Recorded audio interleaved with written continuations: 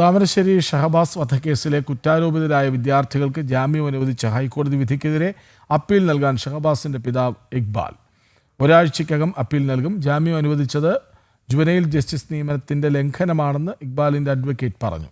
വിവരങ്ങളുമായി ഗോകുൽ കെ വേണുഗോപാൽ ഒപ്പം ചേരുന്നു. ഗോകുൽ, എന്താണ് പിതാവും അഡ്വക്കേറ്റും പറയുന്നത്?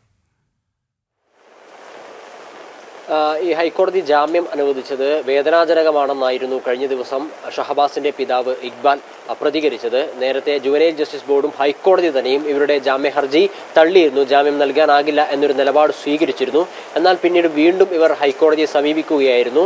ഇത്തരത്തിൽ ഒരു രീതി മുൻപൊന്നും കണ്ടിട്ടില്ലാത്തതാണ് എന്നാണ് ഷഹബാസിന്റെ പിതാവായ ഇക്ബാലിന്റെ അഭിഭാഷകൻ പറയുന്നത്. അതായത് ഒരു തവണ ഹൈക്കോടതി ജാമ്യ ഹർജി തള്ളുകയും വീണ്ടും അത് അപ്പീൽ പോകുന്ന സമയത്ത് പരിഗണിക്കുകയും ചെയ്യുന്ന ഒരു രീതി നേരത്തെ കണ്ടിട്ടില്ല എന്നാണ് ഷഹബാസിന്റെ പിതാവിന്റെ അഭിഭാഷകനായിട്ടുള്ള ജലീൽ പറയുന്നത്. അതിനാൽ തന്നെ ഉടനടി തന്നെ സുപ്രീം കോടതിയിൽ പോവുകയും ഇവരുടെ ജാമ്യം നൽകിയ വിധി റദ്ദാക്കണമെന്ന് ആവശ്യപ്പെടുകയും ചെയ്യുമെന്നാണ് ജലീൽ നമ്മളോട് വ്യക്തമാക്കിയിട്ടുള്ളത്.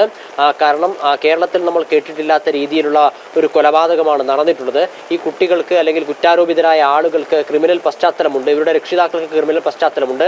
ഇവർ മികച്ച രീതിയിൽ നല്ല രീതിയിലേക്ക് മടങ്ങിയെത്തിയെന്ന് മനസ്സിലാവാതെ അവരെ ഒബ്സർവേഷൻ ഹോമിൽ നിന്ന് രക്ഷിതാക്കൾക്കൊപ്പം അയക്കുകയാണെങ്കിൽ ഇവർ വീണ്ടും ഇത്തരത്തിലുള്ള ക്രൂരകൃത്യങ്ങളിൽ ഇടപെടാനുള്ള സാധ്യതയുണ്ട്. നേരത്തെയും ഷഹബാസിനെ മർദ്ദിച്ച് കൊലപ്പെടുത്തുന്നതിന് മുമ്പും പല ആക്രമണങ്ങളിലും ഇവർ പങ്കെടുത്തിട്ടുണ്ട്.